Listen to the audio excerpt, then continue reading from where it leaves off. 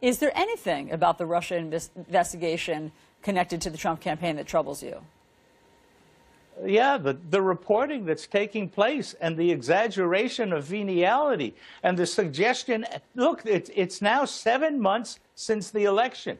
And to this day, no one has cited a single piece of evidence. In your last session, you guys were patting yourselves on the back because you said Clapper had passed the responsibility off to the FBI.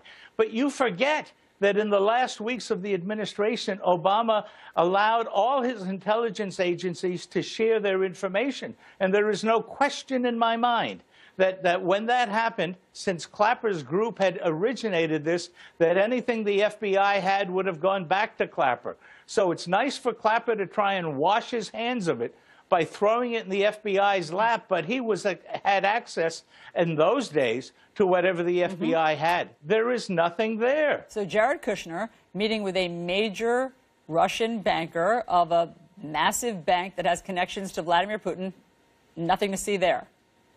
Well, tell me what you think is to see there, and I'll comment on it. What do you think would be the motivation? I don't think there's anything there. So why would they do it? You're implying, why would they meet? Because during the 10 weeks, everybody is trying to meet somebody who's going to be in the administration. Everybody who's involved in business, everybody who's involved in politics. I can't tell you how many people tried to meet with me between the time I was named chief of staff. And did you meet with a Russian banker when everybody tried to meet with you? No, but I had breakfast with the vice president at the Russian embassy, and a lot of folks there started talking to me. And would you have carved out time to meet with a Russian banker with ties to Vladimir Putin if he asked? I'm not even sure what would have happened if that had happened. First of all, Putin wasn't there. But look, you're asking hypotheticals on hypotheticals. Well, I'm trying to actually take your temperature. I'm trying to gauge your comfort level with all of this. My comfort level, the only discomfort I have is with folks in the media trying to create a venality without having the courage to specifically tell me what the venality that I should be concerned about is. Well, I have not identified a venality. Have you? Well, you should be concerned if there was collusion. And that's what I don't see any evidence of collusion. Do you? No.